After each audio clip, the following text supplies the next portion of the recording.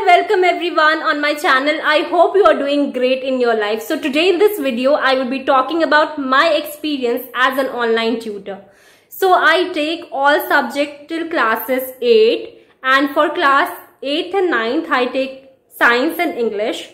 For class 11th and 12th, I take only English as well as legal studies. Also, if there are students who require CLAT coaching, I provide CLAT coaching to the students. Also, not only this, if you are somebody who is looking forward to learn language, that is English, definitely spoken English language as a beginner or as a professional, okay, so I do take classes for the same. So now I will be talking about my experience of being an online teacher and how does it feel.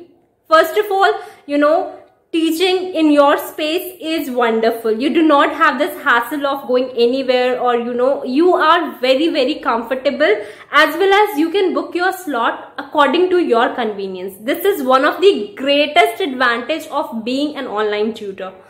Next thing, I conduct my classes on either Zoom meeting or Google Meet.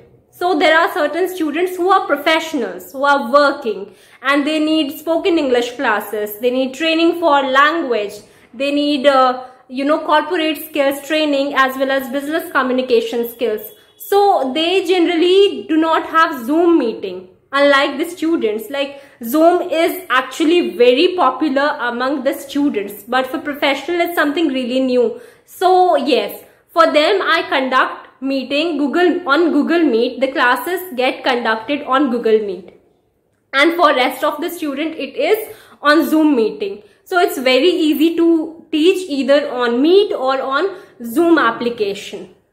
Mode of teaching is definitely online, and the medium of instruction is English, and the classes happen regularly, but not for the student. Like for one student, I do not take class like for entire 7 days or 6 days a week. It is on an alternate basis, and the classes happens regularly. I mean, like I take classes regularly for different students. So the classes starts from some 7:30 in the morning and it ends till 9:30 at night, and I book the slot according to my convenience. If I'm like free from 7:30 to 8:30, for example, if somebody is a working profession and they have to go to their office from 9:30 and they would be free by 7:30 in the evening, so I generally prefer that they get a slot in the morning. So the timing for them becomes 6:30 to 7:30 in the morning, or 7:30 to 8:30 in the morning, right? Because it becomes really hectic for them to take classes after they come from the job. For the students who are in school, I generally prefer that they get the timing from like 1 to 7 or 8, anywhere between this timing I take classes. Now talking about the monetary thing, which is very important, because I have personally had this experience in which I completed the entire course to the student, and the student blocked me after the course got completed, which is really pathetic to undergo, because you are not somebody that you would call from different numbers to, oh, now pay the fees, course fee. But I was very stupid back then, and it is a story of the initial days. Okay, so what I do basically, I give a demo session to the student, and once that is liked by the student, I tell them to make an advance payment of the course fee. Once that is done, I start with the course. No payment, no course. That's how it works. Because yes, I learned it really, this thing that you should not take risk in the monetary thing. You should make really clear about that how much you would be charging. Are you charging on hourly basis or a monthly basis? So I take a monthly basis of payment. I do not say that I would be charging for a particular hour. It is either for the entire course duration fee structure or for a month. So it goes something like that, and it's pretty convenient for me. Also, I haven't faced any issues in getting my payments from the students. It's been smooth. I teach them, they understand, and also I make sure that assessments, assignments, as well as lesson plan, session plan should be, discussed beforehand. These assignments and assessments should be conducted on a regular basis, as well as session plan as well as lesson plan happen with the student a day before. So this is how my entire experience has been with online teaching. Now I would tell you the thing that impacted, how this thing, online teaching, impacted me personally. I have been a very, very lazy child. Honestly, I would confess, and I am not ashamed about it, that I have been a very sloggy head. And this has made me disciplined, because now I really need to schedule my entire day. And for doing so, I really need to plan it beforehand. And not just discipline, but it has made me consistent enough that I follow the routine.